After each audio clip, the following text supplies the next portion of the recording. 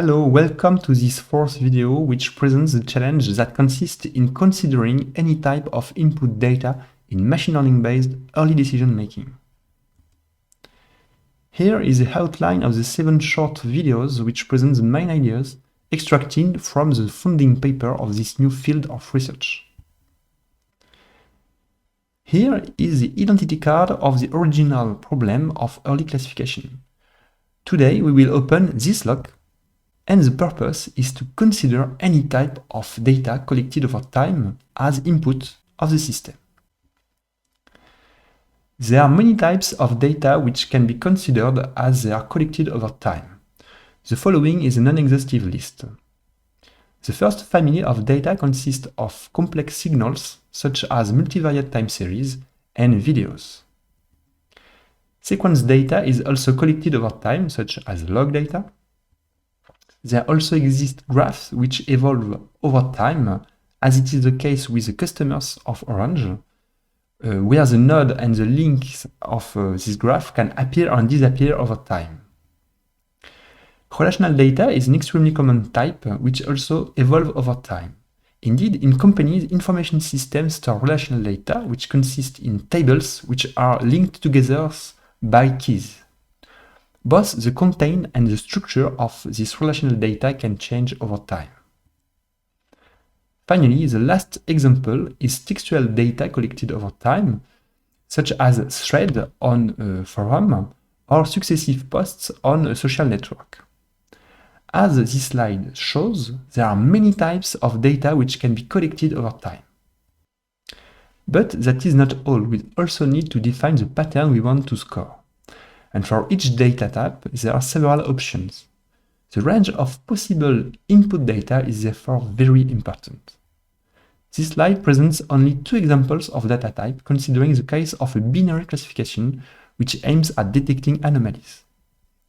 The first example is sequential data, for which we show here several examples of patterns. In this case, an anomaly can be defined as a suspicious event belonging to a sequence, or as an anomalous subsequence. A last possibility is to define an anomaly as an entire sequence. Among all these possibilities, the choice of the pattern is made by the data scientist beforehand when he defines the learning task related to the use case. In the second example, the data considered constitute a graph which evolves over time. In that case, an anomaly can be defined as a node of this graph, an arc of this graph, or even as a subpart of this graph. This example shows that the development of machine learning-based early decision-making approaches, which are specific to each case, will be a tedious task. This is why we propose the challenge of developing data type agnostic approaches. It is interesting to notice that in the subcase of early classification of time series, there are already agnostic approaches in the literature. But this is not explicitly mentioned in the papers. As an example, here are the references of 2 papers where this is the case.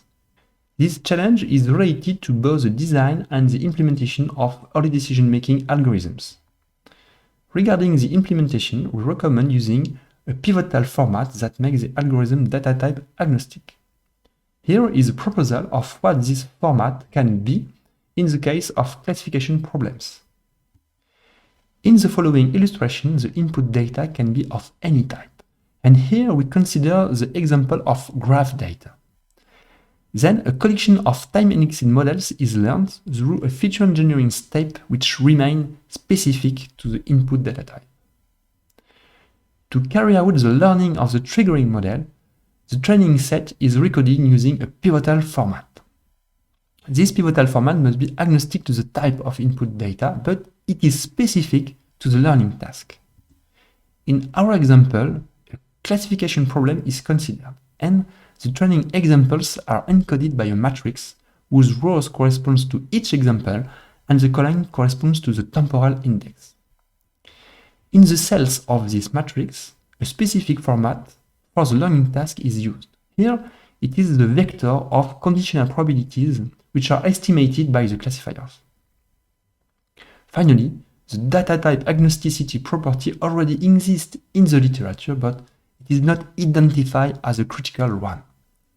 We encourage researchers who will publish papers in early decision making to emphasize this property in their future work in order to facilitate the implementation of these methods. To conclude, in this video we have pointed out the importance of designing data type agnostic approaches by specifying pivotal formats for each type of learning task. In the next video we will discuss the challenges of online machine learning based early decision making. Thank you very much, see you soon!